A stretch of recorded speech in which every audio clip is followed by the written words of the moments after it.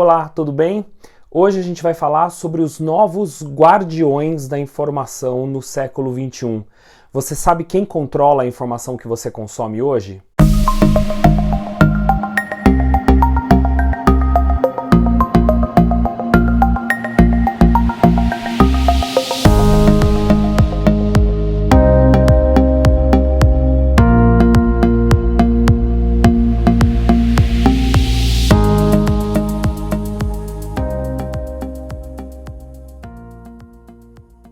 Bem, para entender o assunto de hoje, como isso afeta a sua vida, a gente precisa primeiro falar de um termo chamado gatekeeper, que é uma espécie, traduzindo para o português, é uma espécie de o porteiro da informação, o guardião da informação. Por essa teoria, que é do século XX, a informação chega até o público por meio de porteiros. E quem seriam esses porteiros? No século XX eram os jornalistas, porque eram eles, pauteiros, editores, repórteres, que iam a campo, testemunhavam os fatos e esculpiam esses fatos, transformando em notícia.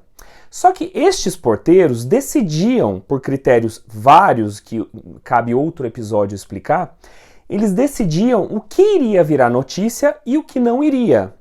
Claro, defendendo também interesses próprios, do próprio porteiro, do próprio jornalista e também do próprio grupo de comunicação. Essa teoria do gatekeeper ficou muito conhecida, já foi superada por outras, mas a sua base ainda é muito importante. Ela é de autoria de um sociólogo chamado Kurt Lewin, de 1947, quando ele estava estudando os hábitos alimentares da população. E depois um cara chamado David Manning White, em 1950, levou essa teoria mais para o lado do jornalismo. Só que tudo isso vai mudar no século XXI. A forma como você consome informação hoje mudou completamente. E antes ainda de entrar no assunto desse episódio, eu tenho que trazer mais dois conceitos para você.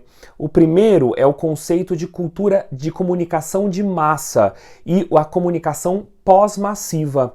Para isso, eu utilizo um autor chamado André Lemos, que trabalhou o conceito de comunicação pós-massiva. Bom, o que é comunicação de massa, comunicação massiva?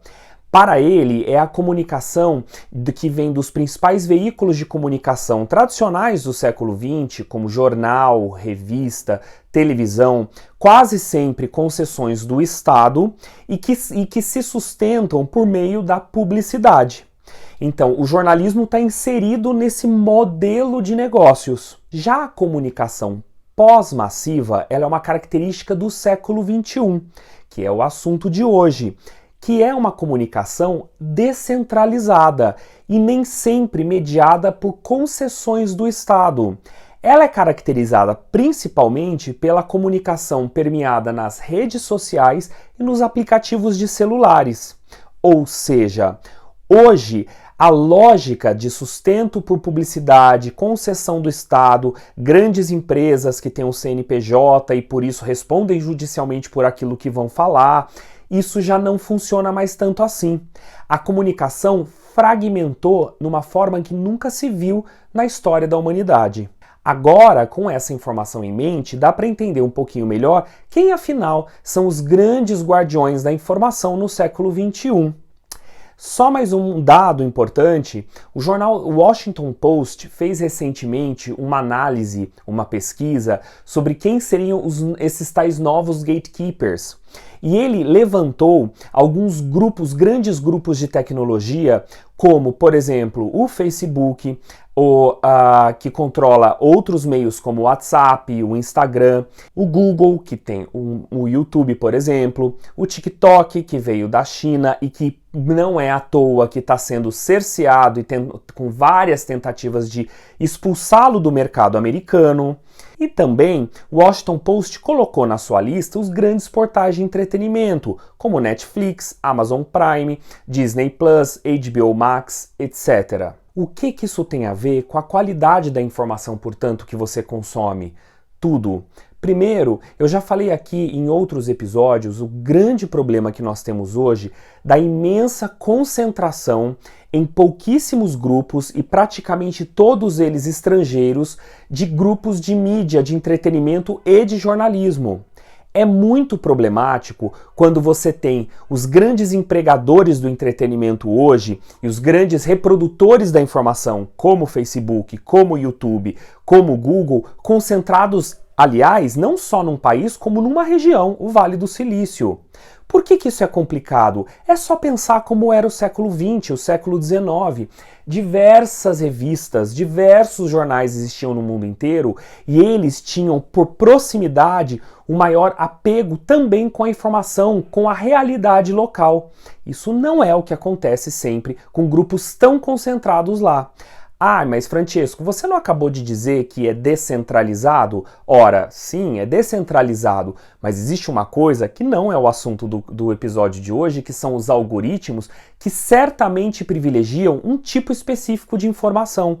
Nós vimos isso, inclusive, nas campanhas eleitorais. Aliás, o próprio Washington Post diz isso com relação à ascensão do Donald Trump à presidência, a ligação disso com os algoritmos e o fluxo da informação nestes meios centralizados e que nem sempre são regulamentados. Em outras palavras, nós temos um meio hoje que é pós-massivo, descentralizado, mas, ao contrário, os grupos em si são altamente concentrados num só país e numa região desse país.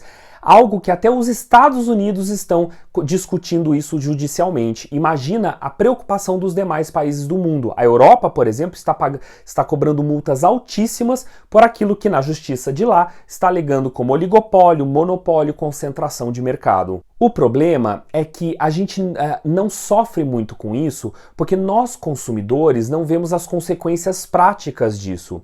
Mas é só você olhar agora, não é à toa que esse episódio está aqui no minha playlist de jornalismo cultural, que é a nossa área de discussão aqui, mas é só você olhar pro próprio jornalismo cultural para perceber como muitos artistas hoje estão se redobrando em 10 vezes mais para manter-se no mercado, para manter uma rentabilidade, porque hoje tudo é muito concentrado em aplicativos. Num período pandêmico ainda é muito pior, porque você não tem nem a possibilidade de compensar com shows. Em outras palavras, quando nós temos uma comunicação descentralizada dessa forma, pós-massiva, nós temos também possibilidade de aparecer novos talentos da periferia, novos talentos em lugares mais distantes do mundo. É claro, isso é o lado bom da tecnologia. Mas quando os algoritmos, que não somos nós que construímos a sua lógica, forçam um consumo maior por meio da visibilidade de tipos específicos de informação, aí isso é muito complicado. Você tem que fazer um esforço sobre-humano para tentar chegar próximo das estrelas que, por acordos que nós não conhecemos, estão lá com muito mais visibilidades no canal do YouTube que você assiste, nas propagandas que você vê por lá, no Facebook, nas notícias que circulam mais nos feeds dos usuários no Facebook, no Instagram, etc. Mas afinal, como a gente pode mudar isso? Ora, a primeira questão importante é ter consciência disso. O Brasil está muito longe de entrar nessa briga. A Europa, os próprios Estados Unidos, o Canadá e a Austrália, por exemplo, já estão discutindo judicialmente o poder desses grandes grupos de mídia. Veja bem, eu estou conversando com você aqui sobre algo muito importante que afeta o mundo inteiro. Essa conversa que eu estou tendo com você aqui vai ter um impacto, um alcance muito menor no mundo do que deveria, pelo conteúdo, e não estou falando de mim. Por quê? Porque o conteúdo está vindo num país periférico como o Brasil, de uma língua periférica que o algoritmo deixa lá para baixo como a língua portuguesa. Eu estou me colocando como exemplo, mas o exemplo vale para todos os produtores culturais, para todos os artistas, mas acima de tudo, jornalismo cultural é jornalismo. Acima de tudo, para todos os grandes fazedores de notícia. É muito importante dar voz a várias pessoas, descentralizar. É muito importante poder acessar a informação de quem vem lá de longe, lá da periferia. Mas é igualmente importante a responsabilidade dos porteiros da notícia. E isso não pode ficar na mão só de gente lá de fora.